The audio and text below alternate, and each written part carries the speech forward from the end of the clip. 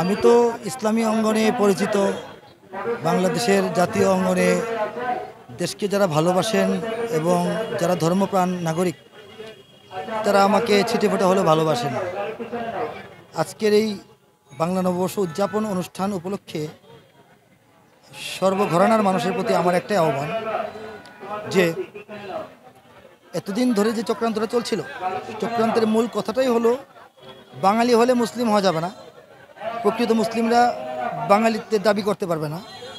এটা একটা গভীরতর ষড়যন্ত্র এই জাতিকে বিভক্ত করার, এবং এই বাংলাদেশের মূল যে ভিত্তি, এই জাতির যে মূল শক্তি ইসলাম থেকে জাতিকে বিচ্ছিন্ন করে দেওয়ার একটা ষড়যন্ত্র ছিল।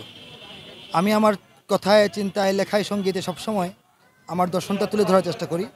সেই দর্শনের আলোকে জাতীয় সাংস্কৃতিক কেন্দ্র প্রতিষ্ঠা করে সমমনা দেশপ্রেমিক ইসলামপ্রিয় সংস্কৃতি এবং কর্মী এবং সাংস্কৃতিক ব্যক্তিদেরকে একত্রিত করে আমি জাতিকে আজকে একটি প্রোগ্রামের মাধ্যমে এটাই বোঝাতে চেয়েছি যে প্রকৃত বাঙালি হতে হলে মুসলমানিত্ব ছাড়া হওয়া সম্ভব নয়।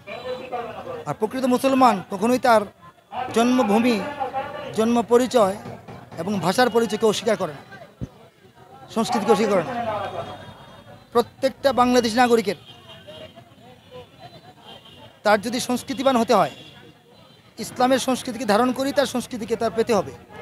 ইসলামকে আউট করলে, ইসলামকে বাদ দিলে শুধুমাত্র বাঙালিদের খুব একটা সমৃদ্ধ সংস্কৃতি নাই বললেই চলে।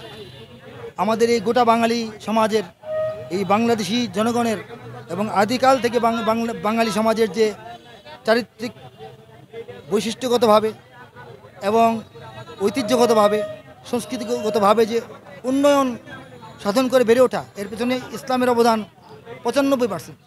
এদেশের মানুষের সুখাদ্য, সুন্দর খাদ্য, এদেশের মাধ্যমে মানুষের উপাদেয় খাবার, সেমাই, জর্দা, পায়েস, কোরমা, পোলাও, গরুর অনেক রেসিপি, খাসির অনেক রেসিপি, মুরগির অনেক রেসিপি, বিরিয়ানি, তারপর এই যে খাবারগুলো ইসলাম এদেশে আসার পর এগুলি পেয়েছে। এর আগে বাঙালির পাতে এই খাবার উঠতো না, বাঙালির চোলায় এই খাবার রান্না হতো না, এই সংস্কৃতি বাঙালি জানা ছিল না।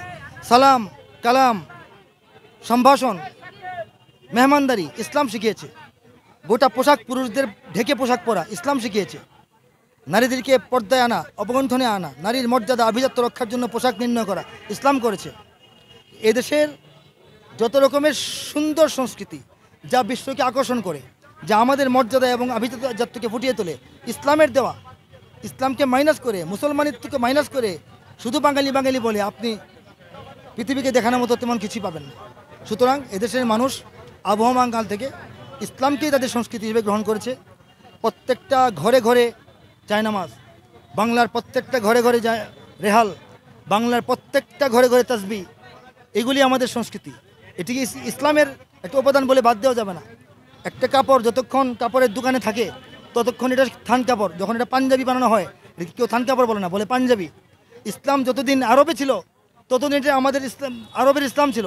যখন হাজার বছর ধরে বাংলাদেশের ইসলাম এখন আলাদাভাবে ইসলাম বলে চিহ্নিত করা কিছু নাই। এই ইসলাম হয়ে গেছে বাংলাদেশের প্রকৃতি, বাংলাদেশের সংস্কৃতি, বাংলাদেশের মানুষের জীবন, মন, প্রাণ। এটাকে বিচ্ছিন্ন করার যে চক্রান্তি ঘটুক না কেন, এদেশের মানুষ এটাকে মেনে নেবে না, এবং যখনই সুযোগ হবে, যেভাবেই সুযোগ হবে, এটাকে প্রত্যাখ্যান করবে। এর প্রমাণ আজকের অনুষ্ঠানের মাধ্যমে এদেশের মানুষ দেওয়া শুরু করেছে, এবং সেই সুযোগটা তৈরি করার জন্যই আমরা এই আয়োজন করেছি। বৈশাখ বাংলাদেশের বাংলা সনের একটা মাস, এটা কি অস্বীকার করবে? তাহলে এটা হারাম হবে কেন?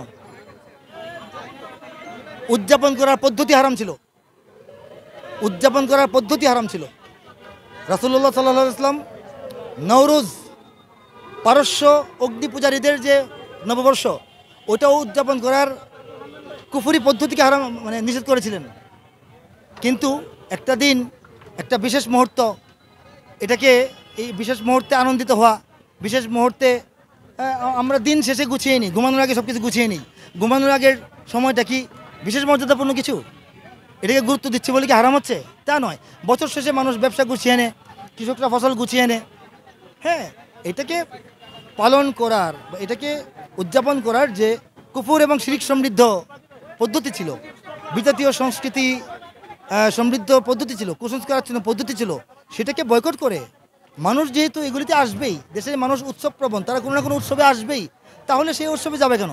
এমন একটা উৎসব হোক যেটা প্রকৃত বাঙালি উৎসব এবং এটার মধ্যে ইসলামী ভাবধারা এবং মূল্যবোধ সম্পূর্ণভাবে রক্ষা হয়, সেই প্রচেষ্টাই আমরা করছি।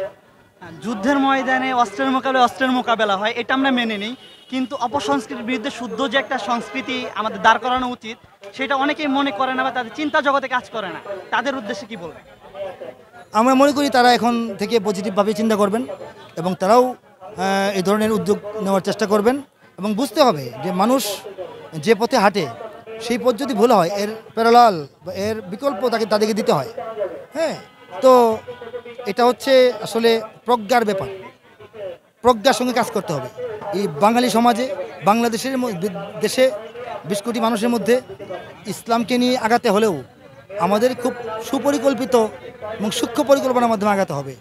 এই বিষয়টি যত বেশি মানুষ যত বেশি তাড়াতাড়ি বুঝবেন, ততই আমরা বেশি সফল হব ইনশাল্লাহ। আর একটা ছোট প্রশ্ন, বাঙালি মুসলমান নাকি মুসলিম বাঙালি? বাংলাদেশের মুসলিম, আমি বাঙালি মুসলমান। ভাষায় আমরা বাঙালি, মানচিত্রের সীমানায় আমরা বাংলাদেশি, বিশ্বাসের পরিচয় আমরা মুসলমান। একটা আরেকটাকে নিষেধ করে না, তিনটাকেই 3 জায়গায় একসঙ্গে মানতে হবে। যেভাবে ইচ্ছা বলা যাবে আমি একজন মুসলিম বাঙালি, আমি একজন বাঙালি মুসলমান, এটা নিয়ে মনে হয় বড় ধরনের তর্ক হওয়ার কোনো দরকার নেই।